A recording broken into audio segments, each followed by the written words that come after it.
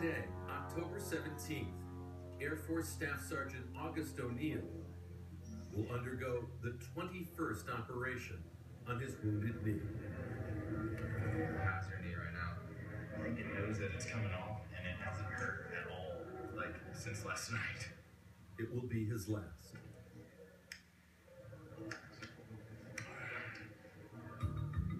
Born to parents in the military, he followed his older brother Rob into the Air Force and into intensive training as a pararescuer. Basically, our job is to get in and get anybody out of any situation, whether it's on top of a mountain, underneath the ocean, behind enemy lines, anywhere. He told me one time, when I'm on a helicopter, that's the best pleasure in the world. That if I ever have to die, that's the way I want to go. Into the clouds, and because I feel free. On July 15, 2011, O'Neill was on board a helicopter dispatched to rescue a team of Marines in Afghanistan when his chopper was hit by enemy fire. There was a really loud pop, and then something smacked my left leg into my right. And I got on the radio, and I was like, I got hit. I looked down, and I just saw a hole in my pants with blood flowing out of it. O'Neill had been shot through both legs, shattering his left knee. Even before he was stabilized at Landstuhl Regional Medical Center in Germany, he had chosen to re-enlist. At his bedside to swear him in was a fellow pararescuer, his older brother, Rob. Emotion.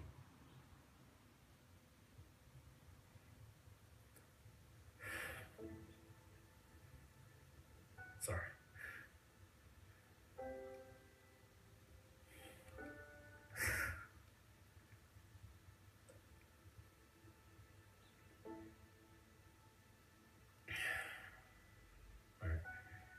My brother's always been a hero to me. It was real special to me that he could have been the one to re-enlist me in my hospital bed. There's been a lot of emotional roller coasters. The mental aspect of having to think about all the things you can't do, that's really where it gets you, is trying to stay above that and trying to prove yourself wrong. O'Neill would undergo countless hours of physical therapy in an attempt to regain any kind of functionality in his left leg, with his service dog Kai as his constant companion. He is my sanity, I call him, because I was really, really depressed. Never been suicidal in any way, shape, or form, but sometimes you get those, well, if I wasn't here, it wouldn't be so, it would be okay. Just thinking of Kai, that immediately gets rid of any thought like that. It's my best friend, and take him everywhere I go. At the pool, O'Neill began training with a coach.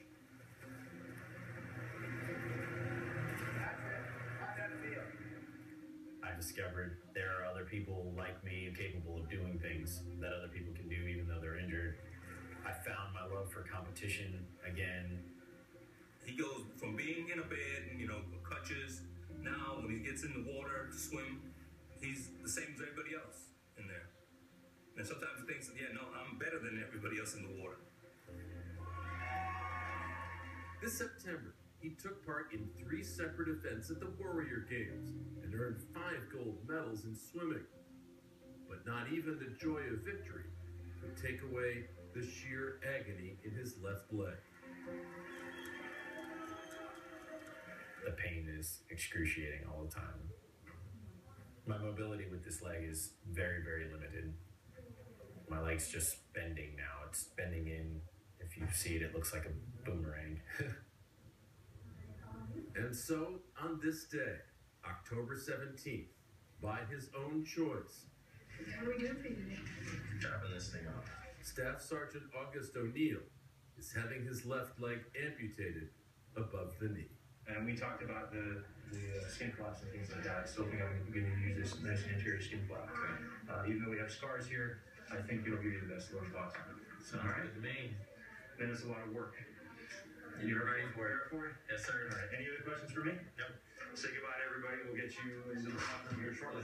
All right. It's been 3 years, and it's time to move on with my life one way or the other, and this is going to be the route. 24 hours later, alone, O'Neal is sharing his new reality on social media and standing up for the first time. It's a very emotional to see your son not with his leg anymore. I mean, you wish that it would be you really laying there, but you have to sit yourself, say, no, that's my son. He's gonna be okay. He's gonna pull through it, and everything's gonna be all right.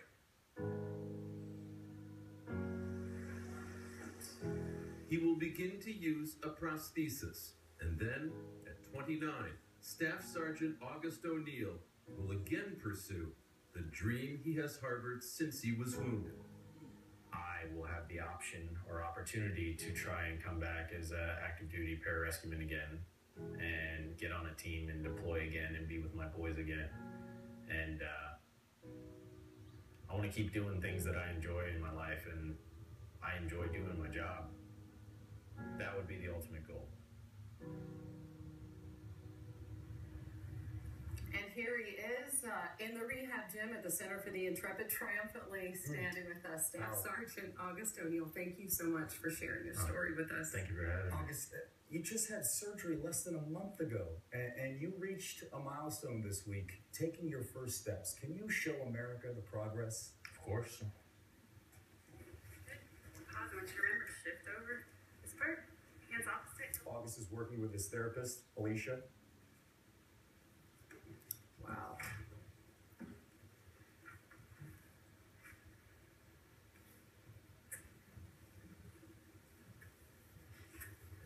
Oh, fantastic. All right. That is great. What does it feel like to be able to do that? It's great. I mean, that's the straightest I've walked in over 3 years. So it's kind of emotional. It's a good feeling to be able to walk like that and not have the pain that I used to have.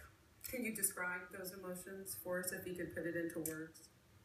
Like a choking feeling. Yeah. Yeah. I mean, it's just I kind of get choked up a little bit about it. You know, it's just the lack of pain while I'm walking is huge for me, and being able to walk upright without a ridiculous limp is, you know, it's great. You're a guy that likes to set goals too, and there's a big goal here. You want to return to duty, Yes, sir. and you want to go back into a plane and skydive. Oh, yeah. How do you train for that coming off of this injury? Well, I mean, it's baby steps right now. Training to walk and then run, and then we'll hit those milestones when we come to them. And there's nothing here you can train with. You literally have to go back on a plane and skydive, right? There's no machine here in the facility. No, I mean, I guess I could jump off the balcony, but I wouldn't recommend that. If there's something you could have the folks at home understand, you know, when they see your story, because you made a decision to come out and talk about this publicly. Not everybody would have done this. What do you want the folks at home to know, and what do you want them to get out of your story? Basically, just for everyone, you know, I went through 3.5 years trying to save my leg and trying to make just so that I had a better way of life.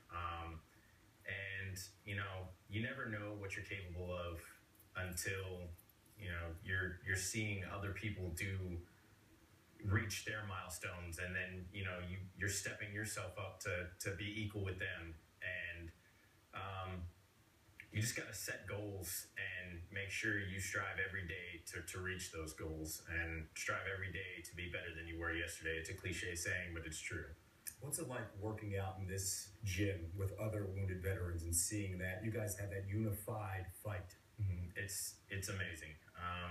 You know, from the beginning when I still had my leg, like I would see guys that, you know, single, double, triple amps, amputees, and they're able to push harder and faster than I was going. And so I would always use them as examples for myself. If I was like, oh man, I'm really tired today, then I just see somebody else go running by me in the leg when they just got injured a little while ago. I'm like, all right, well, I guess I got to push through this. So it's amazing being here and working with the therapists and everything. You know, everybody pushes each other to work harder.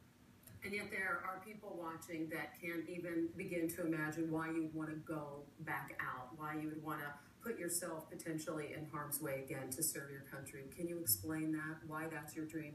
Well, I love my job. You know, I worked real hard to get to my job.